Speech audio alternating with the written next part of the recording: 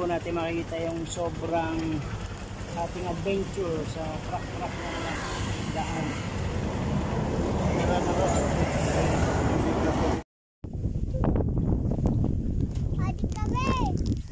Hello po.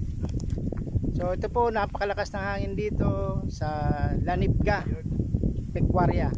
So, Barangay Pecuaria, Lanibga. Dito po tayo ngayon. Papakita ko po sa inyo yung dinaanan namin na sobra pong tibak-tibak, no?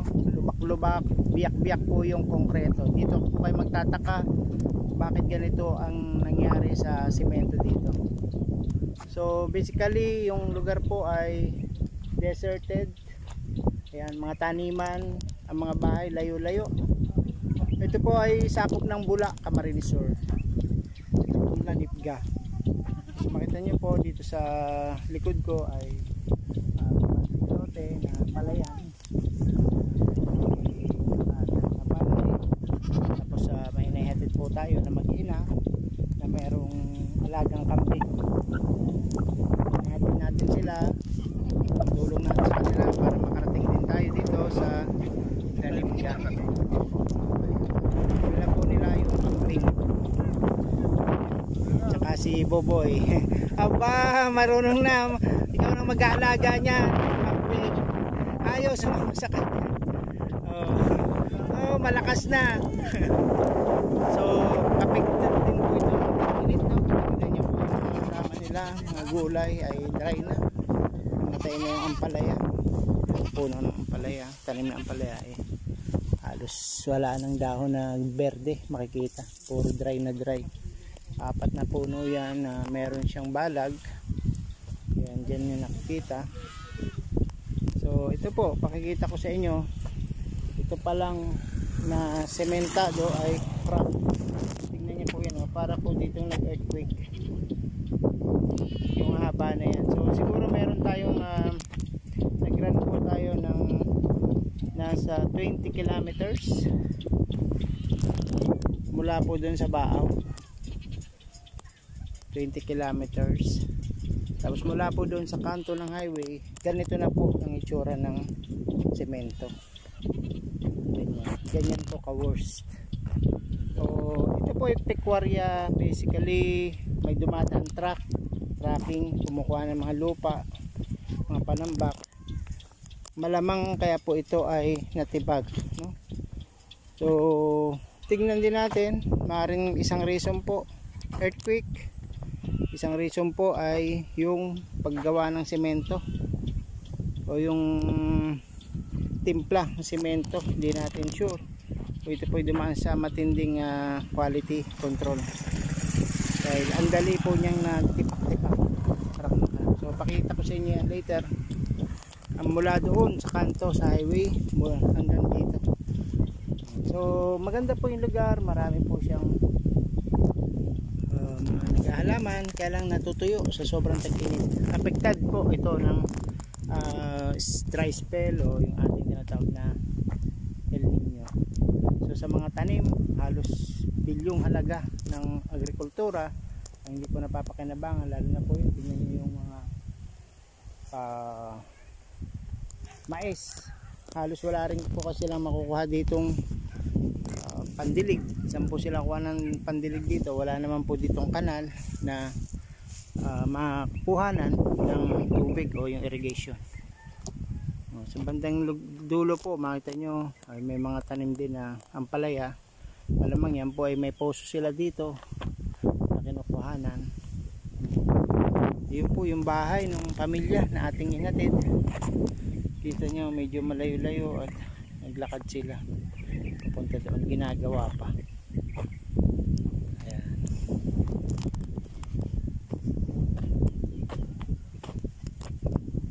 Inspeksyonin natin yung ating gulong kung walang nakiuhang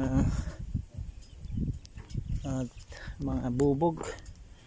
Yung medyo heavy duty po yung gulong natin dito eh, kaya okay naman, hindi naman tatalab-talab yan. Basta ito lang medyo manipis na unahan natin. Ito ingatan natin, manipis na, wala natin naman. Then ito rin pong side wheel ay manipis na rin.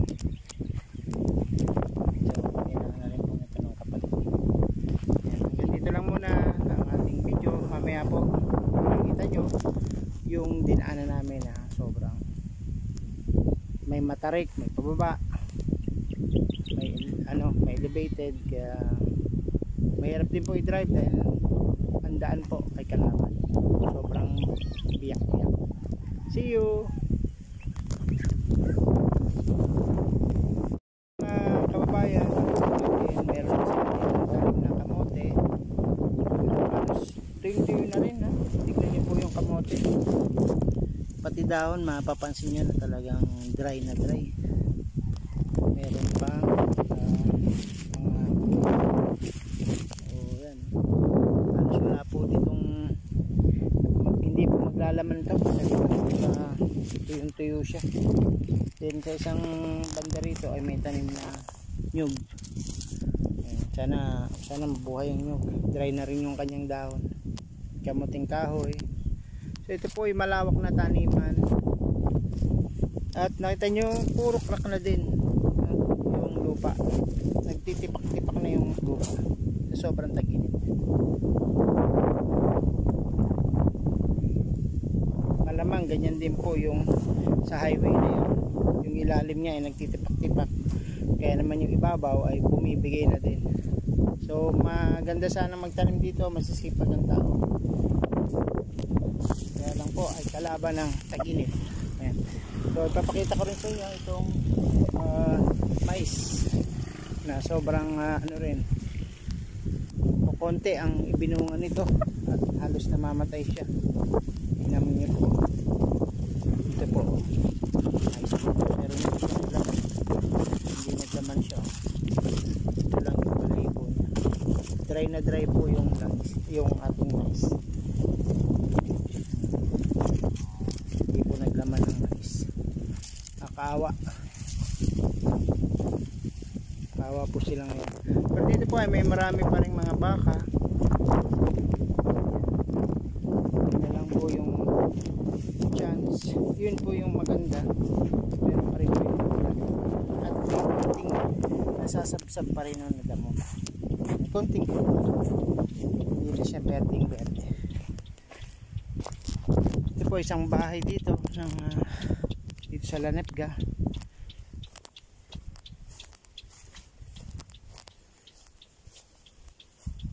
Yun po yung mag-iina ay nandoon na sa loob.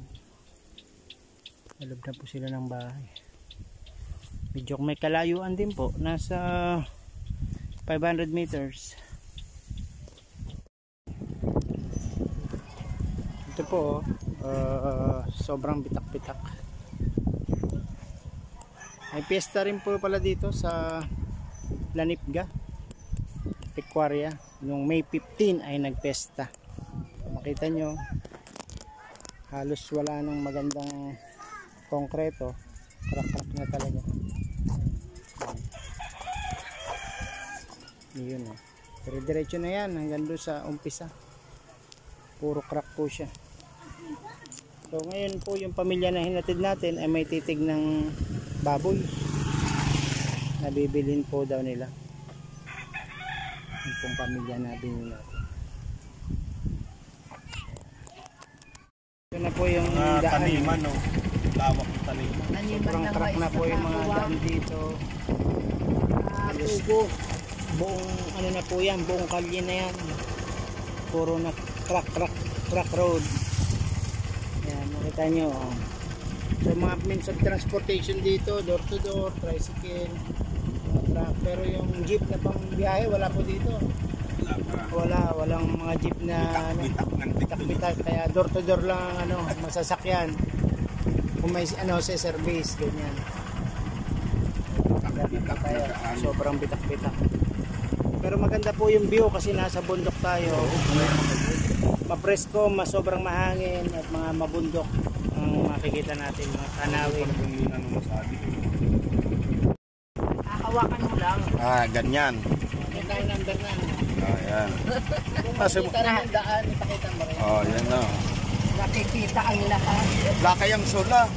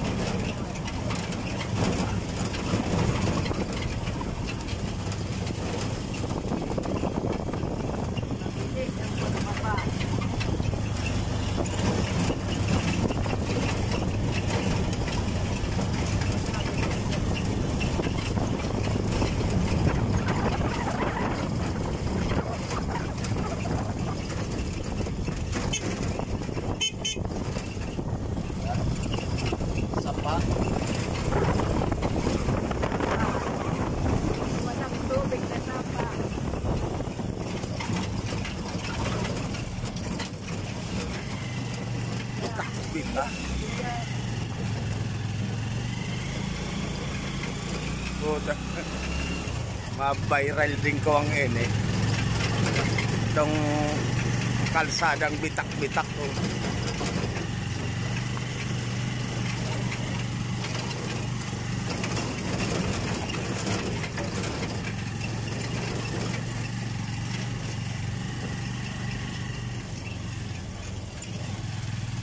Dapat maayos.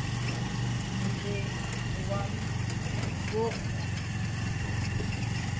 Nakul naman mga tao.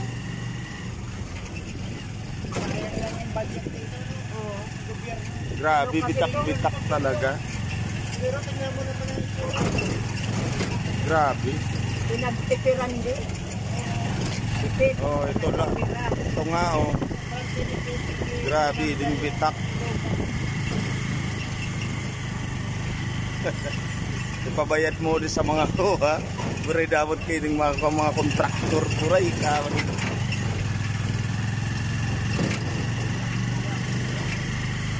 Ito ang kalsada dito sa Lanipga. Barangay Lanipga, Bula. Yan, mga view.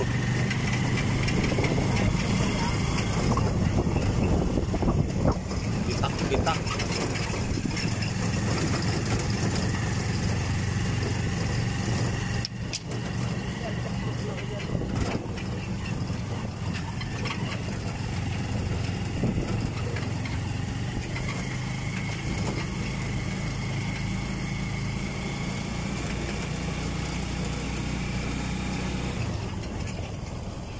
Grabe, oh.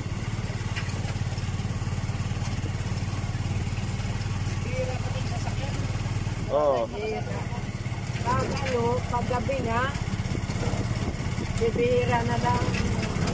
baka pinagbabawal, bitak-bitak na.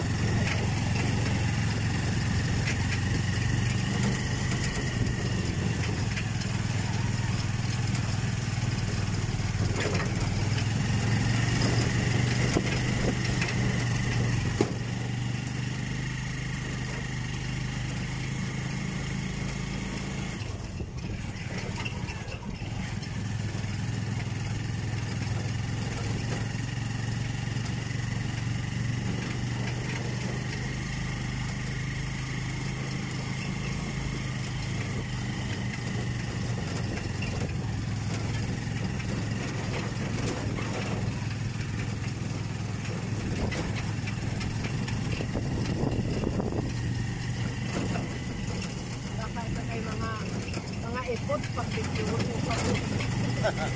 Yan mo. Ito kanding.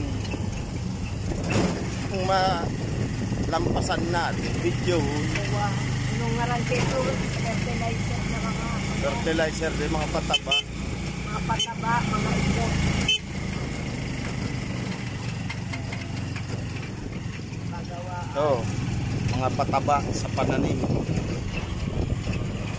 Yan. Ginagawang fertilizer dyan. Ginagawang fertilizer.